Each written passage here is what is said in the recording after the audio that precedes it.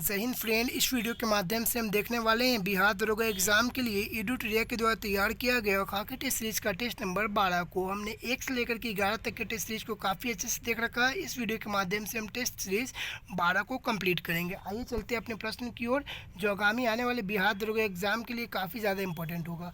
आज का हमारा प्रश्न नंबर 1 है, गोदावरी नदी का अफवाह बेसिन भारत के निम्नलिखित में से कितने राज्यों में फैला हुआ है? तो ये भारत के महाराष्ट्र, छत्तीसगढ़, तेलंगाना, आंध्र प्रदेश तथा उड़ीसा में फैला हुआ है। ठीक है, आइए हम देखते हैं प्रश्न नंबर 2 को। प्रश्न नंबर 2 कह रहा है, सौर मंडल के निर्माण और निरूपण की व्याख्या करने के लिए सर्वाधिक व्यापक रूप में स्वीकृत मॉडल कौन सा है? तो यह निहारिका मॉडल है, निहारिका परिकल्पना मॉडल है। ठीक है, आइए हम देखते हैं प्रश्न नंबर 3। प्रश्न नंबर 3 कह रहा है कि सुगेला जलप्रपात निम्नलिखित में से किस देश में स्थित है? तो सुगेला जलप्रपात यह दक्षिण अफ्रीका में स्थित है। ठीक है, आइए हम देखते हैं प्रश्न नंबर 4 को। प्रश्न नंबर 4 कह रहा है कि मध्य एशिया के स्टेपी क्षेत्र में निवासियों द्वारा पशु के खालों से निर्मित अस्थायी मानव आवास को क्या कहा जाता है? तो इसे यूट्स कहा जाता है। क्या कहा जाता है? यूट्स कहा जाता है। आइए हम देखते हैं प्रश्न नंबर 5 को। प्रश्न नंबर 5 कह रहा है कि गोरुमारा राष्ट्रीय उद्यान किस राज्य में स्थित है? तो गोरुमारा राष्ट्रीय उद्यान यह पश्चिम बंगाल राज्य में स्थित है। ठीक है, आइए हम देखते हैं प्रश्न नंबर 6 को। प्रश्न नंबर 6 क्या कह रहा है, हम उसे देखते हैं। निम्नलिखित में से भारत के किस क्षेत्र में अधिकांश लोहा और इस्पात उद्योग संकेंद्रित है? तो यह छोटा नागपुर पठार में संकेंद्रित है। ठीक है, आइए हम देखते हैं प्रश्न नंबर 7 को। प्रश्न नंबर 7 कह रहा है कि किसी स्थान पर तापमान, आर्द्रता, वर्षा, वायु वेग आदि के संदर्भ में वायुमंडल की प्रतिदिन की परिस्थिति उस स्थान का क्या कहलाती है? तो उस स्थान का मौसम कहलाती है। जो घटना प्रतिदिन घटती है उसे हम मौसम में परिवर्तन कहते हैं, और जो घटना 20-30 सालों बाद होती है उसे हम जलवायु कहते हैं। ठीक है, आइए हम देखते हैं प्रश्न नंबर 8 को। प्रश्न नंबर 8 कह रहा है, सूची 1 को सूची 2 से मिलान कीजिए। एक तरफ दिया गया है कि स्थानांतरित कृषि का नाम और दूसरा तरफ दिया गया संबंधित राज्य। तो झूम कृषि कहाँ होती है? झूम कृषि उत्तर पूर्वी क्षेत्र में होती है। दहिया कृषि कहाँ होती है? तो ये मध्य प्रदेश में होती है। पेड़ा कृषि कहाँ होती है? तो ये आंध्र प्रदेश में होती है। और कुमारी कृषि कहाँ होती है? तो ये पश्चिमी घाट में होती है। ठीक है, तो इसका उत्तर हो जाएगा ऑप्शन नंबर ए। ठीक है, आइए हम देखते हैं प्रश्न नंबर 9 को। प्रश्न नंबर 9 कह रहा है कि निम्नलिखित में से कौन सा गर्म जलधारा है? तो ये गल्फ स्ट्रीम गर्म जलधारा है। ठीक है, आइए हम देखते हैं प्रश्न नंबर 10 को। प्रश्न नंबर 10 कह रहा है कि भारत की कौन सी झील विवर्तनीय गतिविधियों का परिणाम है? तो यह वुलर झील है। ठीक है, आइए हम देखते हैं प्रश्न नंबर 11 को। प्रश्न नंबर 11 कह रहा है कि कौन सी जलधारा अंडमान द्वीप समूह को निकोबार द्वीप समूह से अलग करती है? तो यह 10 डिग्री चैनल अंडमान द्वीप समूह को निकोबार द्वीप समूह से अलग करती है। आइए हम देखते हैं प्रश्न नंबर 12 को। प्रश्न नंबर 12 कह रहा है, सतलज नदी किस दर्रे से होकर भारत में प्रवेश करती है? तो यह सिपकिला दर्रे से होकर भारत में प्रवेश करती है। ठीक है, आइए हम देखते हैं प्रश्न नंबर 13 को। प्रश्न नंबर 13 कह रहा है कि निम्नलिखित में से कौन सा छोटे से लेकर सबसे बड़े तक कण आकार के संदर्भ में व्यवस्थित मिट्टी के कणों का सही क्रम दर्शाता है? तो यह दर्शाता है मिट्टी, गाद, रेत और बजरी दर्शाता है। ठीक है, आइए हम देखते हैं प्रश्न नंबर 14 को। प्रश्न नंबर 14 कह रहा है कि निम्नलिखित कथनों पर विचार कीजिए, उपयुक्त कथन में कौन सा कथन सही है उसे चुनिए। ठीक है, तो ऑप्शन नंबर सी करेक्ट हो जाएगा, केवल एक कथन सही है। एक कथन कौन सा सही है? तो पृथ्वी 4 जुलाई को ऑफशोर यानी अपहेलियन स्थिति में होती है और 3 जनवरी को ऑफशोर यानी पेरीहेलियन स्थिति में होती है। ठीक है, आइए हम देखते हैं प्रश्न नंबर 15 को। प्रश्न नंबर 15 क्या कह रहा है, हम उसे देखते हैं। प्रश्न नंबर 15 कह रहा है कि फिरोज शाह तुगलक द्वारा दिल्ली की गद्दी पर राज्यारोहण के उपरांत माफ किए गए कृषि ऋण को क्या कहते हैं? तो इसे सोंधर कहते हैं। ठीक है, आइए हम देखते हैं प्रश्न नंबर 16 को। प्रश्न नंबर 16 कह रहा है कि निम्नलिखित में से किस सिंधु घाटी स्थल के नाम से नागपट्टी का अभिलेख मिला है? तो यह धौलावीरा से मिला है। ठीक है, आइए हम देखते हैं प्रश्न नंबर 17 को। प्रश्न नंबर 17 कह रहा है कि निम्नलिखित में से किसने कहा था कि भारत में दास प्रथा नहीं है? तो यह मेगास्थनीज ने कहा था। ठीक है, आइए हम देखते हैं प्रश्न नंबर 18 को। प्रश्न नंबर 18 कह रहा है कि सूची 1 को सूची 2 से मिलान करें। तो आइए मिलान करते हैं। बंगभंग दिवस कब मनाते हैं? तो 16 अक्टूबर को मनाते हैं, और यह कब हुई थी? तो 1905 में हुई थी। मुक्ति दिवस कब मनाते हैं? तो मुक्ति दिवस मनाते हैं 22 दिसंबर को। यह घटना कब हुई थी? 1939 में हुई थी। सीधी कार्रवाई दिवस कब मनाते हैं? तो यह 16 अगस्त को मनाते हैं। यह घटना कब हुई थी? तो यह घटना 1946 में हुई थी। ठीक है, तो इसका उत्तर हो जाएगा क्या? तो उत्तर हो जाएगा ऑप्शन नंबर बी। ठीक है, आइए हम चलते हैं अपने अगले प्रश्न की ओर। हमारा अगला प्रश्न है प्रश्न नंबर 19। प्रश्न नंबर 19 कह रहा है कि एनी बेसेंट द्वारा प्रारंभ किया गया स्वराज शासन आंदोलन का लक्ष्य क्या था। तो इसका लक्ष्य था भारत के लिए स्वशासन प्राप्त करना। ठीक है, आइए हम देखते हैं प्रश्न नंबर 20 को। प्रश्न नंबर 20 कह रहा है कि शिवाजी के राजनीतिक गुरु एवं संरक्षक कौन थे। तो शिवाजी के राजनीतिक गुरु एवं संरक्षक थे दादाजी कोंडदेव। ठीक है, आइए हम देखते हैं प्रश्न नंबर 21 को। प्रश्न नंबर 21 क्या कह रहा है हम उसे देखते हैं। प्रश्न नंबर 21 कह रहा है एक तरफ दिया गया बौद्ध संगीति और दूसरा तरफ दिया गया उसके अध्यक्ष। ठीक है, तो आइए हम देखते हैं प्रथम बौद्ध संगीति के अध्यक्ष कौन थे। तो महाकश्यप जी थे। और द्वितीय बौद्ध संगीति के अध्यक्ष कौन थी। तो सभा कामी थी। और तृतीय बौद्ध संगीति के अध्यक्ष कौन थे। मोगलीपुत्र थे। चतुर्थ बौद्ध संगीति के अध्यक्ष कौन थे। वसुमित्र थे। चतुर्थ बौद्ध संगीति के अध्यक्ष कौन थे। तो वसुमित्र थे। हमने यहाँ पे एकदम सही मिलान कर दिया है, आप उत्तर देख लेंगे। ठीक है, आइए हम चलते हैं अपने प्रश्न नंबर 22 की ओर। प्रश्न नंबर 22 क्या कह रहा है हम उसे देखते हैं। प्रश्न नंबर 22 कह रहा है कि सूची 1 को सूची 2 से मिलान कीजिए। तो आइए हम मिलान करते हैं। देखिए, गंधार कला किससे संबंधित है। तो कुषाण वंश से संबंधित है। जूनागढ़ अभिलेख किससे संबंधित है। तो रुद्रदामन प्रथम से संबंधित है। और मिलिंद पन्नो किससे संबंधित है। तो मिनेंडर से संबंधित है। मिलिंद पन्नो किससे संबंधित है। तो मिनेंडर से संबंधित है। और गुरूर स्तंभ लेखिया किससे संबंधित है। तो ये हेलियोडोरस से संबंधित है। ठीक है, तो इसका उत्तर हो जाएगा हमारा ऑप्शन नंबर सी करेक्ट हो जाएगा। ठीक है, आइए हम देखते हैं अपने अगले प्रश्न को। हमारा अगला प्रश्न है प्रश्न नंबर 23। प्रश्न नंबर 23 भी है सूची 1 को सूची 2 से मिलान करना है। तो आइए हम मिलान करते हैं। देखिए, एक तरफ दिया गया तीर्थंकर और दूसरा तरफ दिया गया है उसका प्रतिमा लक्षण। ठीक है, तो देखिए आदिनाथ का क्या था। तो आदिनाथ का था विषव। ठीक है, आदिनाथ का क्या था। तो आदिनाथ का विषव था। ठीक है, मल्लीनाथ का क्या था। तो मल्लीनाथ का था जल कलश। और पार्श्वनाथ का क्या था। पार्श्वनाथ का था अश्व। पार्श्वनाथ का क्या था अश्व। और संभवनाथ का क्या था। संभवनाथ का था सर्प। ठीक है, संभवनाथ का क्या था सर्प था। ठीक है, तो हमने यहाँ पे एकदम करेक्ट मिलान कर दिया है। आइए हम अपने अगले प्रश्न की ओर चलते हैं। हमारा अगला प्रश्न है प्रश्न नंबर 24। प्रश्न नंबर 24 कह रहा है कि बंगाल में द्वैध शासन प्रणाली की शुरुआत निम्नलिखित में से किसके द्वारा की गई थी। तो द्वैध शासन की शुरुआत की गई थी रॉबर्ट क्लाइव के द्वारा। ठीक है, और इसे समाप्त किया गया था वारेन हेस्टिंग के द्वारा। ठीक है, आइए हम देखते हैं प्रश्न नंबर 25। प्रश्न नंबर 25 क्या कह रहा है निम्नलिखित में से कौन सा गवर्नर जनरल अंग्रेजी के अतिरिक्त अरबी, फारसी, बंगाली भाषा का जानकार था। तो यह कौन था। तो यह वारेन हेस्टिंग था। ठीक है, आइए हम चलते हैं प्रश्न नंबर 25 की ओर। प्रश्न नंबर 25 कह रहा है कि अकबर के 1567 से 68 के ईस्वी के चित्तौड़ आक्रमण के समय वहाँ का शासक कौन था। तो उदय सिंह था। ठीक है, आइए हम चलते हैं प्रश्न नंबर 27 को। 27 कह रहा है कि स्वाधीनता आंदोलन के दौरान पूर्ण स्वराज के लक्ष्य की घोषणा किस वर्ष की गई थी। तो किस वर्ष की गई थी। 1929 में की गई थी। ठीक है, आइए हम देखते हैं प्रश्न नंबर 30 को। प्रश्न नंबर 28 को देखते हैं। प्रश्न नंबर 28 कह रहा है कि सुल्तान ने दीवाने अमीर कोही नामक विभाग का बनाया था। तो यह मोहम्मद बिन तुगलक ने बनाया था। ठीक है, दीवाने अमीर कोही किससे संबंधित था। तो ये कृषि विभाग से संबंधित था। ठीक है, आइए हम चलते हैं प्रश्न नंबर 29 को देखते हैं। प्रश्न नंबर 29 क्या कह रहा है हम उसे देखते हैं। भारत में अभी हाल ही में हाइपरसोनिक मिसाइल का परीक्षण किया गया। इसकी अधिकतम मारक क्षमता कितनी थी। तो इसकी अधिकतम मारक क्षमता थी 1500 किलोमीटर। ठीक है, आइए हम देखते हैं प्रश्न नंबर 30 को। प्रश्न नंबर 30 कह रहा है कि हाल ही में हेरत पर्व 2025 में कहाँ मनाया गया। तो हेरत पर्व मनाया गया जम्मू कश्मीर में। ठीक है, आइए हम देखते हैं प्रश्न नंबर 31 को। प्रश्न नंबर 31 कह रहा है दिसंबर 2024 में किस राज्य सरकार ने भाषा संबंधित बाधाओं को दूर करने के लिए स्वर प्लेटफॉर्म लॉन्च किया। तो यह गुजरात राज्य सरकार लॉन्च किया। ठीक है, आइए हम देखते हैं प्रश्न नंबर 32 को। प्रश्न नंबर 32 कह रहा है कि हाल ही में जनवरी 2025 में संतोष ट्रॉफी किसने जीता। तो संतोष ट्रॉफी पश्चिम बंगाल ने जीता है। किसे हरा करके जीता है। तो केरल को हरा करके जीता है। प्रश्न नंबर 33 कह रहा है प्रधानमंत्री द्वारा LIC की बीमा सखी योजना कहाँ शुरू की गई है। तो यह शुरू की गई है हरियाणा राज्य में। ठीक है, आइए हम देखते हैं प्रश्न नंबर 34 को। प्रश्न नंबर 34 कह रहा है कि हाल ही में CRPF का महानिदेशक किसे नियुक्त किया गया है। तो ज्ञानेंद्र प्रताप सिंह को नियुक्त किया गया। ठीक है, आइए हम देखते हैं प्रश्न नंबर 35 को। प्रश्न नंबर 35 क्या कह रहा है हम उसे देखते हैं। ग्लोबल फायर पावर इंडेक्स 2025 में भारत का कौन सा स्थान है। तो भारत का इसमें चौथा स्थान है। पहले स्थान पर कौन है। तो USA है। दूसरे स्थान पर चीन है। तीसरे स्थान पर रूस है। चौथे स्थान पर हमारा भारत है। ठीक है, आइए हम देखते हैं प्रश्न नंबर 36 को। प्रश्न नंबर 36 क्या कह रहा है, शांति और वैश्विक नेतृत्व के लिए गोल्ड मरकरी अवार्ड 2025 किसे प्रदान किया गया है, तो यह दलाई लामा को प्रदान किया गया। ठीक है, आइए हम देखते हैं प्रश्न नंबर 37 को।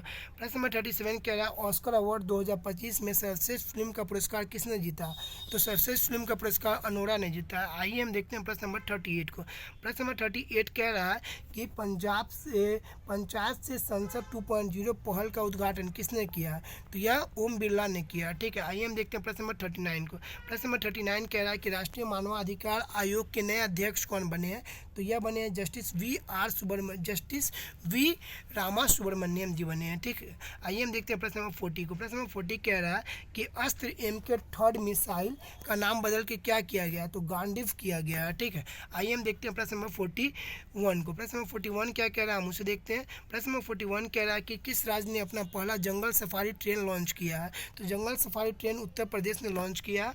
आइए हम प्रश्न नंबर 42 को देखते हैं। प्रश्न नंबर 42 कह रहा है कि 25वें फीफा विश्व कप 2034 की मेज़बानी कौन सा देश करेगा, तो यह करेगा कौन, तो यह सऊदी अरब करेगा। ठीक है, आइए हम देखते हैं प्रश्न नंबर 43। प्रश्न नंबर 43 कह रहा है कि 7 जून 2025 को फ्रेंच ओपन में महिला एकल का खिताब किसने जीता, तो फ्रेंच ओपन में महिला एकल का खिताब जीता है कोको गॉफ। किसे हरा करके जीता है, तो आर्या सबलेंकर को हरा करके जीता है। ठीक है, आइए हम देखते हैं प्रश्न नंबर 46। प्रश्न नंबर 46 कह रहा है प्रश्न नंबर 44 कह रहा है 76 गणतंत्र दिवस 2025 का थीम क्या है, तो 76 गणतंत्र दिवस 2025 का थीम है स्वर्णिम भारत विरासत और विकास। ठीक है, आइए हम चलते प्रश्न नंबर 45 की ओर। प्रश्न नंबर 45 कह रहा है कि बिहार सरकार ने बजट 2025-26 के में राज्य के राजकोषीय घाटा सकल राज्य घरेलू उत्पाद का कितना प्रतिशत अनुमानित किया गया है, तो 2.98% अनुमानित किया गया है। ठीक है, आइए हम देखते हैं प्रश्न नंबर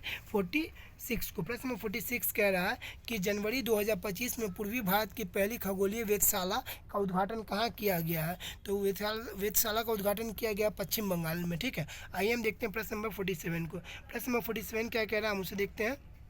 प्रश्न नंबर 47 कह रहा है कि निम्नलिखित कथनों पर विचार कीजिए और उपयुक्त कथनों में से कौन सा कथन सही है चुनिए। ठीक है, तो सही कथन हो जाएगा 1 और 2 दोनों। कैसे, तो पर्यावरण संरक्षण अधिनियम 1986 में पारित हुआ, बिल्कुल सही है। और स्वस्थ पर्यावरण का अधिकार जीवन का मौलिक अधिकार है, दोनों सही है। ठीक है, आइए हम देखते हैं प्रश्न नंबर 48 को। प्रश्न नंबर 48 क्या कह रहा है, भारतीय संविधान के अंतर्गत संपत्ति का अधिकार है, तो संपत्ति का अधिकार कानूनी अधिकार भी है, असंवैधानिक अधिकार भी है, तो उत्तर हो जाएगा ऑप्शन नंबर डी, ए और बी दोनों। ठीक है, आइए हम देखते हैं प्रश्न नंबर 49। प्रश्न नंबर 49 कह रहा है कि राजनीतिक दलों के विषय में निम्नलिखित में से कौन सा कथन सही नहीं है। राजनीतिक दलों के विषय में निम्नलिखित में से कौन सा कथन सही नहीं है, तो हमारा उत्तर हो जाएगा यहाँ पे ऑप्शन नंबर डी, ये केवल अपने सदस्यों के हित में कार्य करते हैं, ये सही नहीं है। ठीक है, आइए हम देखते हैं प्रश्न नंबर 50 को। प्रश्न नंबर 50 कह रहा है कि लोकतांत्रिक व्यवस्था के विषय में निम्नलिखित में से कौन सा कथन सही है, तो हमारा उत्तर हो जाएगा ऑप्शन नंबर सी, राजनीतिक गैर बराबरी के विचार को समाप्त कर दिया। आइए हम देखते हैं प्रश्न नंबर 51 को। प्रश्न नंबर 51 क्या कह रहा है, हम उसे देखते हैं। प्रश्न नंबर 51 कह रहा है कि भारतीय संविधान में न्यायपालिका की न्यायिक पूर्वावलोकन की शक्ति कहाँ से ली गई है, तो यह अमेरिका के संविधान से ली गई है। ठीक है, आइए हम देखते हैं प्रश्न नंबर 52 को। प्रश्न नंबर 52 क्या कह रहा है, हम उसे देखते हैं। संसद की कार्यवाही के दौरान किस काल में पूछे गए प्रश्नों का उत्तर देने के लिए मंत्री बाध्य नहीं है, तो यह शून्य काल में पूछे गए प्रश्नों का उत्तर देने के लिए मंत्री बाध्य नहीं है। ठीक है, आइए हम देखते हैं प्रश्न नंबर 53 को। प्रश्न नंबर 53 कह रहा है कि उच्च न्यायालय के न्यायाधीश की आयु के बारे में कोई प्रश्न उठता है तो उसका निर्णय राष्ट्रपति द्वारा निम्नलिखित में से किसकी सलाह पर लिया जाता है, तो यह किसकी सलाह पर लिया जाता है, भारत के मुख्य न्यायाधीश की सलाह पर लिया जाता है। ठीक है, आइए हम देखते हैं प्रश्न नंबर 54 को। प्रश्न नंबर 54 कह रहा है कि लोकसभा में किसी विधेयक पर आम बहस निम्नलिखित में से किस चरण में होती है, तो यह द्वितीय चरण में होती है। ठीक है, द्वितीय वाचन में होती है। ठीक है, आइए हम देखते हैं प्रश्न नंबर 55 को।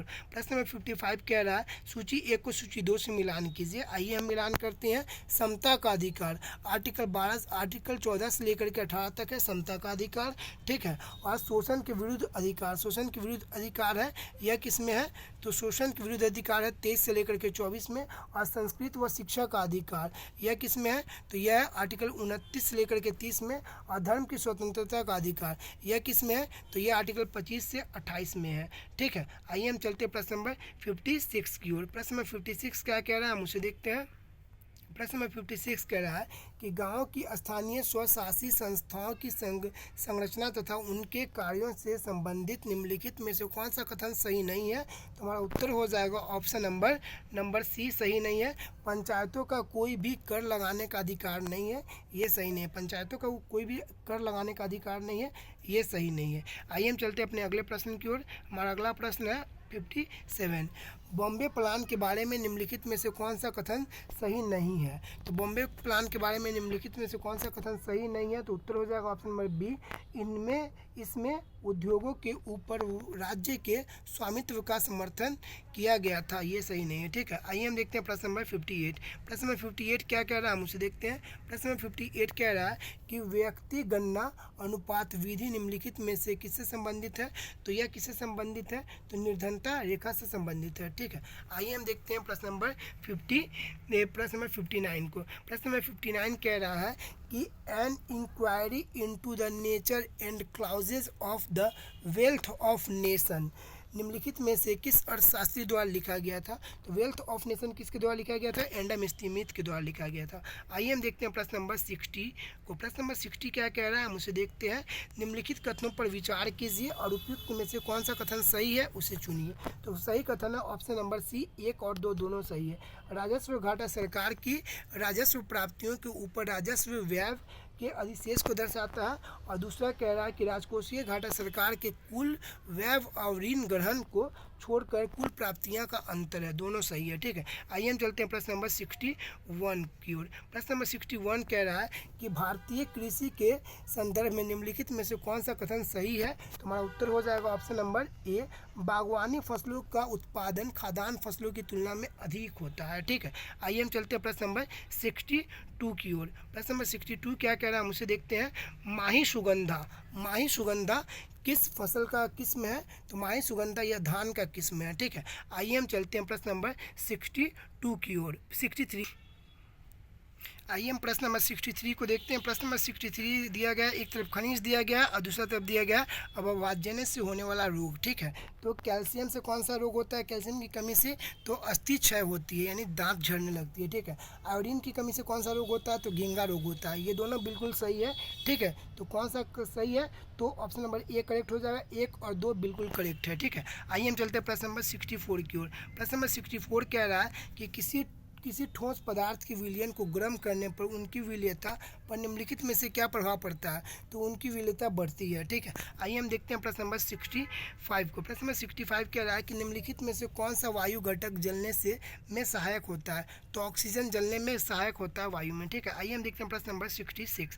प्रश्न नंबर 66 कह रहा है कि निम्नलिखित में से कौन सा पदार्थ हमारी पेशियों में संचित होता है जिसमें ऐंठन होती है? तो लैक्टिक अम्ल जमने से हमारे पेशियों में ऐंठन होती है। ठीक है, आइए हम देखते हैं प्रश्न नंबर 69 प्रश्न नंबर 67 को। प्रश्न नंबर 67 कह रहा है कि विद्युत फ्यूज से संबंधित निम्नलिखित कथनों पर विचार कीजिए, उपयुक्त में से कौन सा कथन सही है ये बताएं। तो ऑप्शन नंबर सी करेक्ट हो जाएगा, 1 और 2 दोनों सही है। कैसे? इनका उपयोग लघु पतन शॉर्ट सर्किट के हेतु रोकने के लिए किया जाता है और सुरक्षा मानक के से उच्च विद्युत धारा के प्रभावित होने से विद्युत फ्यूज के तार पिघल जाते हैं, दोनों के दोनों सही है। ठीक है, आइए हम चलते हैं प्रश्न नंबर 68 की ओर। प्रश्न नंबर 68 कह रहा है कि निम्नलिखित में से कौन सी एक अति सक्रिय अधातु है जो वायु में खुला छोड़ देने पर आग पकड़ लेती है? तो यह फॉस्फोरस है। ठीक है, आइए हम चलते हैं प्रश्न नंबर 69 को देखते हैं। प्रश्न नंबर 69 कह रहा है एक तरफ आविष्कार दिया गया है और दूसरा तरफ आविष्कारक दिया गया है। ठीक है, तो आइए हम इसे देखते हैं। कोशिका की खोज किसने की थी? तो कोशिका की खोज की थी रॉबर्ट हुक ने। ठीक है, और सर्वप्रथम तालाब में जल स्वतंत्र रूप से जीवित कोशिका की खोज किसने की थी? लुवेनहॉक ने की थी। और केंद्रक की खोज किसने की थी? केंद्रक की खोज की थी रॉबर्ट ब्राउन ने। ठीक है, और ब्लैक के रिएक्शन विधि की खोज किसने की थी? तो कैमिलो गोल्जी ने की थी। ठीक है, तो यहाँ पे हमने एकदम करेक्ट उत्तर मिला दिया है। ठीक है, आइए हम अपने अगले प्रश्न की ओर चलते हैं। हमारा अगला प्रश्न क्या है, हम उसे देखते हैं। 70 नंबर प्रश्न है, हम इसे देखते हैं। कोशिका में उपस्थित प्लाज्मा झिल्ली निम्नलिखित में से किससे बनी होती होती है? तो प्लाज्मा झिल्ली बनी होती है प्रोटीन और लिपिड से, प्रोटीन और वसा से बनी होती है। तो उत्तर हो जाएगा ऑप्शन नंबर डी, ए और सी दोनों से बनी होती है। ठीक है, आइए हम देखते हैं प्रश्न नंबर 71 को। प्रश्न नंबर 71 कड़ा सूची 1 को सूची 2 से मिला है। एक तरफ दिया गया पदार्थ और दूसरा तरफ दिया गया है उसका पीएच मान, हम उसे देखते हैं। ठीक है, आइए हम इसे देखते हैं। मानव रक्त का पीएच मान, मानव रक्त का पीएच मान कितना होता है? 7.35 से लेकर के 7.45 होता है। ठीक है, दूध का पीएच मान कितना होता है? 6.4 से लेकर के 6.8 होता है। मानव लार का पीएच मान कितना होता है? तो 5.5 से लेकर के 5.75 होता है। ठीक है, और मानव मूत्र का पीएच मान कितना होता है? तो 4.6 से लेकर के 8 होता है। ठीक है, तो इसका उत्तर हो जाएगा ऑप्शन नंबर ए करेक्ट। ठीक है, आइए हम चलते हैं अपने अगले प्रश्न की ओर, प्रश्न नंबर 72 की ओर। प्रश्न नंबर 72 कह रहा है कि किस छोटे दर्पण की सहायता से ऊंचे भवन या पेड़ की पूर्ण लंबाई या का प्रतिबिंब देखा जा सकता है? तो यह उत्तल दर्पण से देखा जा सकता है। ठीक है, आइए हम चलते हैं प्रश्न नंबर 73 को देखते हैं। प्रश्न नंबर 73 क्या कह रहा है? जब एक गोली ठोस घर्षण रहित सतह से टकराकर अंतः स्थापित हो जाती है तो क्या संरक्षित होती है? तो उसका संवेग संरक्षित होती है। ठीक है, आइए हम देखते हैं प्रश्न नंबर 74 को। प्रश्न नंबर 74 कह रहा है कि निम्नलिखित में से कौन सी धातु शोधन की विधियां हैं? तो यह है कौन सी? तो उपयुक्त में से सभी, आसवन, विद्युत अपघटन और मंत्री परिष्करण। ठीक है, आइए हम देखते हैं प्रश्न नंबर 75 को। प्रश्न नंबर 75 कह रहा है कि निम्नलिखित में से कौन साबुन का झाग देने का गुण को बढ़ाता है? तो सोडियम रोजिनेंट। ठीक है, यह साबुन में झाग को बढ़ा देता है। ठीक है, आइए हम देखते हैं प्रश्न नंबर 76। प्रश्न नंबर 76 कह रहा है कि लिटमस पत्र का प्राकृतिक संकेत कौन सा है? लिटमस पत्र का प्राकृतिक रंग कौन सा है? यानी नेचुरली रूप से लिटमस पत्र कौन से रंग का होता है? तो बैगनी रंग का होता है। ठीक है, आइए हम देखते हैं प्रश्न नंबर 77 को। प्रश्न नंबर 77 कह रहा है कि मनुष्य के शरीर में पाए जाने वाले निम्नलिखित तत्वों का आरोही क्रम में व्यवस्थित कीजिए। तो हमारा उत्तर हो जाएगा option number D, magnesium, sodium, calcium, nitrogen, carbon. ठीक है, आइए हम देखते हैं प्रश्न नंबर 78 को। प्रश्न नंबर 78 कह रहा है कि क्वासियोकर के संदर्भ में निम्नलिखित में से कौन सा असत्य कथन है उसे पहचान कीजिए। तो हमारा उत्तर हो जाएगा ऑप्शन नंबर बी, यह 1 वर्ष से कम आयु के बच्चों जिनका पोषण माँ के दूध द्वारा होता है में होता है, ऐसा नहीं, ये गलत है। ठीक है, आइए हम देखते हैं प्रश्न नंबर 79। प्रश्न नंबर 79 क्या कह रहा है, हम उसे देखते हैं। निम्नलिखित में से कौन सा श्रेणी क्रम में संयोजित प्रतिरोध का कुल प्रतिरोध ज्ञात करने का सूत्र है? हमारा उत्तर हो जाएगा option number B, R=R1 + R2 R3 R4, ये अनंत तक चला जाएगा। ठीक है, आइए हम देखते हैं प्रश्न नंबर 78 को। प्रश्न नंबर 78 कह रहा है क्या? 78 हो गया, 80 को देखते हैं। प्रश्न नंबर 80 कह रहा है कि निम्नलिखित क्षेत्रों में से किन क्षेत्रों में सूक्ष्म तरंगों का प्रयोग किया जाता है? तो सूक्ष्म तरंगों का प्रयोग उपयुक्त में से सभी में किया जाता है। माइक्रोवेव ओवन से मोबाइल फ़ोन में और वाईफाई में, ये सभी में किया जाता है। आइए हम देखते हैं प्रश्न नंबर 81 को। प्रश्न नंबर 81 कह रहा है कि निम्नलिखित में से मीथेन क्लोराइड का रासायनिक सूत्र क्या है? तो CH2Cl2। ठीक है, आइए हम देखते हैं प्रश्न नंबर 82 को। प्रश्न नंबर 82 कह रहा है कि निम्नलिखित में से कौन सा पुरुष में प्राथमिक यौन अंग है?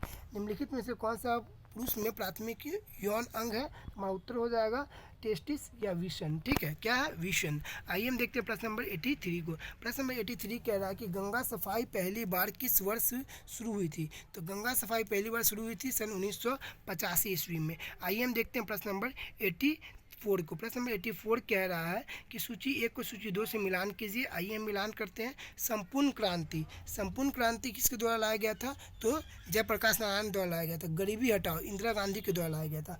किसान आंदोलन सहजानंद सरस्वती के द्वारा लाया गया था। ठीक है, किसान आंदोलन सहजानंद सरस्वती के द्वारा लाया गया था। और रेल हड़ताल किसके द्वारा लाया गया था? जॉर्ज फर्नांडिस के द्वारा लाया गया था। ठीक है, आइए हम देखते हैं प्रश्न नंबर 85 को। प्रश्न नंबर 85 क्या कह रहा है, हम उसे देखते हैं।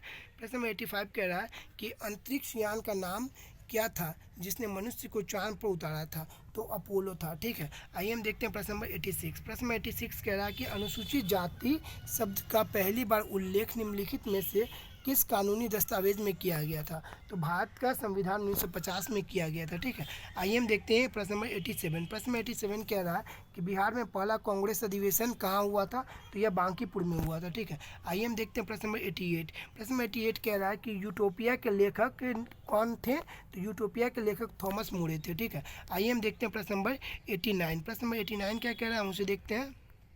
प्रश्न नंबर 89 कह रहा है कि बास्केटबॉल के मैदान को क्या कहा जाता है? बास्केटबॉल के मैदान को क्या कहा जाता है? तो कोर्ट कहा जाता है। ठीक है, आइए हम देखते हैं प्रश्न नंबर 90 को। प्रश्न नंबर 90 कह रहा है choose the correct English translation of the given sentence in Hindi. ठीक है, भूगोल सीखना कठिन है, इसका उत्तर हो जाएगा geography is difficult to learn. ठीक है, आइए हम देखते हैं प्रश्न नंबर 91। प्रश्न नंबर 91 कह रहा है कि निम्नलिखित में से कौन सा वाक्य शुद्ध है? निम्नलिखित में से कौन सा वाक्य शुद्ध है? तो इसका उत्तर हो जाएगा आपके एक एक वाक्य तुले हुए हैं। ठीक है, आइए हम देखते हैं प्रश्न नंबर 92। प्रश्न नंबर 92 कह रहा है कि स्कैचिटी का साइनोनिम क्या होता है? स्कैची का साइनोनिम होता है रैप्चर। ठीक है, आइए हम देखते हैं प्रश्न नंबर 93। प्रश्न नंबर 93 कह रहा है कि भाषा में सबसे छोटी इकाई कौन सी है? तो भाषा में सबसे छोटी इकाई होती है वर्ण। ठीक है, आइए हम देखते हैं प्रश्न नंबर 94। प्रश्न नंबर 94 कह रहा है कि दक्षिण गुरु दक्षिणा शब्द का कौन सा समास है? तो इसमें तत्पुरुष समास है। ठीक है, आइए हम देखते हैं प्रश्न नंबर 92। प्रश्न नंबर 92 मैथ से स्टार्ट हो रहा है। ठीक है, आप देख लेंगे, हम आपको शो कर देते हैं, इसका आंसर बताते चलते हैं। ठीक है, 95 का हो जाएगा आपको उत्तर ऑप्शन नंबर बी 24। आइए हम देखते हैं प्रश्न नंबर 96। प्रश्न नंबर 96 हो जाएगा ऑप्शन नंबर बी 2454। ठीक है, आइए हम देखते हैं प्रश्न नंबर 97। प्रश्न नंबर 97 का हो जाएगा आपको ऑप्शन नंबर डी करेक्ट हो जाएगा। ठीक है, आइए हम देखते हैं प्रश्न नंबर 98। प्रश्न नंबर 98 का हो जाएगा आपको ऑप्शन नंबर सी करेक्ट। ठीक है, प्रश्न नंबर 99। प्रश्न नंबर 99 का हो जाएगा आपको ऑप्शन नंबर बी 8 वर्ष। ठीक है, प्रश्न नंबर 100 हो जाएगा आपको रिक्त स्थान की पूर्ति करें, तो इसका उत्तर हो जाएगा ऑप्शन नंबर डी जी। दोस्तों, यह वीडियो कंप्लीट हुआ। वीडियो काफ़ी लंबी हो जाती है, इसलिए हमने थोड़ा फास्ट इससे किया। ठीक है, प्लीज़ आप लाइक करके जाएंगे, चैनल सब्सक्राइब ना किया तो प्लीज़ चैनल सब्सक्राइब करके जाएंगे। Thank you for watching this my video. चलते हैं दोस्तों, जय हिंद, जय भारत।